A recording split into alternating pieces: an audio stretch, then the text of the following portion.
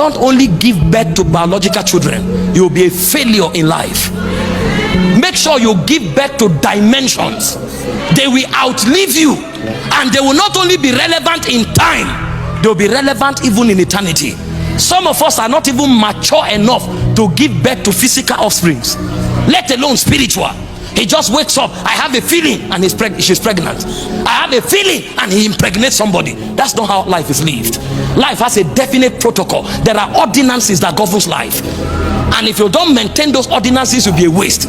Now, when you find those ordinances, make sure they impact you both physically and spiritually. Listen, you have been a Christian for 5 years. What have you given birth to? What can be traced to your name? It's not just about church attendance. You carry God as much as I carry God. So when you sit under my ministry, make sure I also sit under yours. Mine is in church, yours may be in government, yours may be in the academia, yours may be in media. Make sure something comes out of you. This is the goal of this conference. This conference is designed to migrate men from the natural to the supernatural, because the truth is that we all have those propensities. I see men that will rule nations sit here.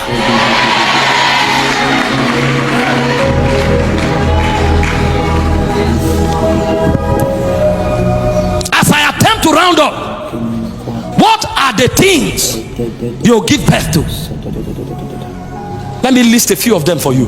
Number one is open heaven. When you find a man who groans, the heavens over him is open. What that means is that any day, anytime, he has access in the spirit realm. When you groan, it's like your name is registered there. Any day you cry, they know your voice. When you see Elijah come before a king and say, before God whom I stand, there shall be no rain or dew, it's not a cliche. You say it, you'll be embarrassed. He was talking because he was a commander of open heavens. So Elijah could be in the palace, but he's not alone. He came with an entourage. Heaven is open, waiting for him to speak. But that is not a prerogative of Elijah. That is a reality available to every Christian. You can sit under open heaven in the court. You can sit under open heaven in the university. You can sit under open heaven in your business. The question is, have you engaged the altar of prayer until your heavens are open? If you do it, your life, even you will marvel at the things God has done for you. I've spoken to people casually who went and barrenness of years terminated. I've spoken to people casually whose strange doors opened for. Even me, when they testified, I was shocked. That was when I realized no investment on the altar is a waste, because the first thing that follows you is a technology called the open heaven. In 1 Kings 18:44 that we read, when Elijah finished traveling, what did the Bible say? It said the clouds became dark. The heaven was ready to give out rain. Now it doesn't matter for how long there's been drought. This is not a time-based economy. This is an economy of the altar. He said, when your cloud be full of rain, they must empty themselves on the earth. When Elijah finished, the sign was that the heavens opened, and drought of 3.5 years ended. He knew the implication. See, when you travel, it's important for you to know the consequence. And the first consequence, which is supernatural, is that you begin to function under open heaven. Nobody changing his word is natural. You will be greatly mistaken to think you are natural and you can change the world. When you start going high, you will discover every realm have gatekeepers, and when you come there, they will ask you, who is backing you up? When those days come, may your heavens be open. In Matthew 3:16, after Jesus was baptized, the Bible said he came out from the waters praying. Suddenly the heavens opened. This is my beloved son, in whom I'm well pleased. See, we don't know what we have as Christians. We think it begins and ends with coming to church. No, you are supposed to take church to wherever you go to, and the church you carry there is not an organization, it's open heaven. Number two, what do you give birth to? It's a saturated soul. When a man travails, he is charged. Oh, when you want to see the beauty of a man, wait until he's charged. All of you watching me here, you have phones. Your phones have notepads so that you can write on. Your phones can browse. Your phones have touches that you can use. But there is one thing that is, if off, the phone becomes completely useless. It's called charge. Even if you don't have a SIM card, at least you can use your notepad and the touch on your phone. But when the charge on your phone is finished, everything shuts down. You carry God, but you can shut God down. Do you know the only entity that can shut God down in all creation is man? Because man is the only being that carries God. So when a man shuts down, God shuts down. When a man is paralyzed, God is paralyzed. As powerful as he is. This is why traveling is important. When you travel, you charge. All your potentials are unlocked. That's when wisdom speaks. That's when favor speaks. Some of you who are begging for open doors here, you carry something on you that nothing should be able to reject you. The problem is that you are not charged. Some of you seated here asking for direction. You are actually supposed to be a light to your generation. The problem is that you are not charged. Do you know that a touchlight phone, phones that don't have internet support, can become more relevant than latest phones if they are charged? You can have iPhone 17 Pro Max. Somebody else can have a iPhone 11. If the iPhone 11 is charged, it's more relevant than the iPhone 17 Pro Max. That's why among us here, there are governors who are beggars. Among us here, there are prophets who are looking for direction. And guess who they meet? They meet the ordinary disciple who knows nothing about the prophetic. But because that guy is charged, he can pick a bit of wisdom and he begins to lead the prophet. He say, I've seen an abomination under the sun. He say, beggars are trekking, rulers are trekking, while beggars are riding on horses. You know where that thing comes from? Men are not charged. In Jude verse 20, it says, building up yourself upon your most holy faith, praying in the Holy Ghost. See, you are not useless. You are not handicapped. Charge yourself. Your value comes when you are charged. When you travel, it's like plugging to electricity. Things will break out of you. You'll be shocked. The first time I prayed and saw a notable miracle, sir, I didn't have faith for it.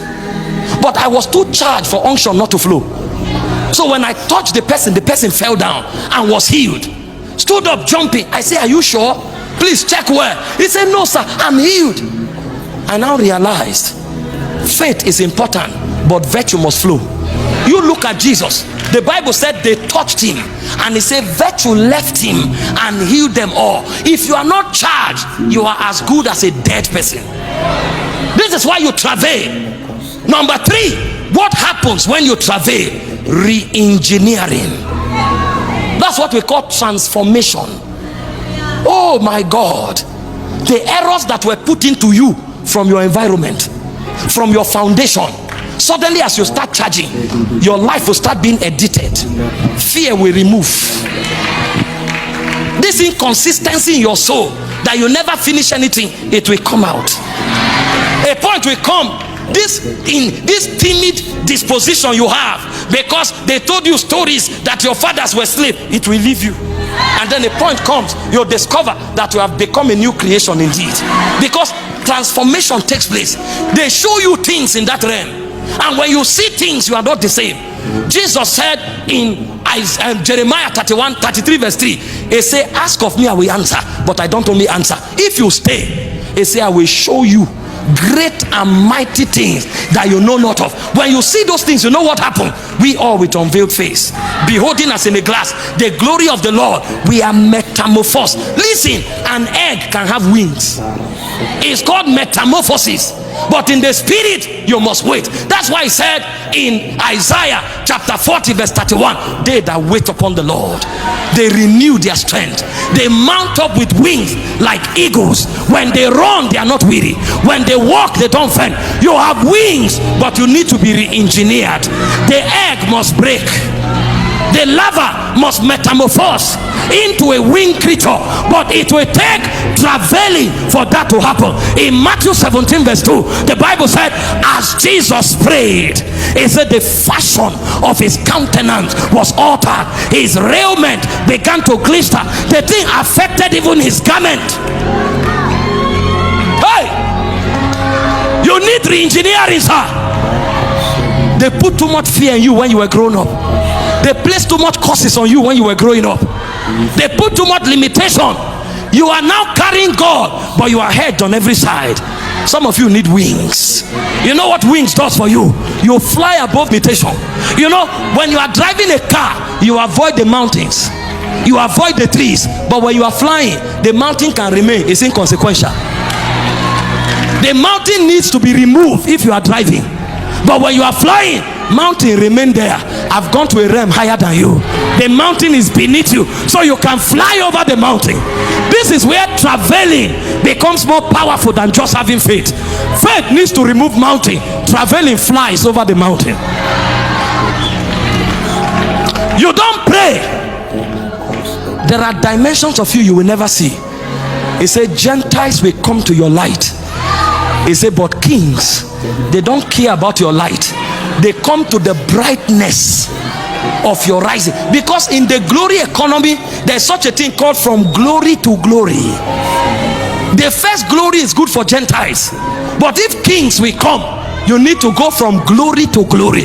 That's where re-engineering takes place. That's where metamorphosis. A point to come, people will look at you and literally wonder, what manner of man is this? What manner of man? But you know what is happening? You are just on the altar re-engineering yourself. They show you things, they tell you things, and when you come out, you cease to be a mere mortal. Wow. Oh my God. I bless the name of the Lord that this is coming from Apostle Michael Oroko. Some of you that pride in your children, that pride that you have a lot of them, it's okay. It's okay. There are blessings from the Lord, that are gifts from the Lord. But what have you metamorphosized those gifts into? If only the children you have are the children you ever have, you don't bother about building souls, nobody have seen your impact in other people's life, believe you me, you have not even existed. Because sometimes your inheritance is carried over in what you do in the lives of others. That is how you sustain legacy. Children sustain your posterity, but what you do in the lives of others is your legacy. So I hope you're building legacy. I hope you're investing in the lives of others wherever you are. You must not be in the church, but the church should be you. Like, you should carry the church atmosphere and presence anywhere you go, not just in that physical place you go on Sunday. It is very important. So I don't know how you've been living your life. I don't know how you prioritize your papers over a lot of things. If you are not doing that, you've heard it today.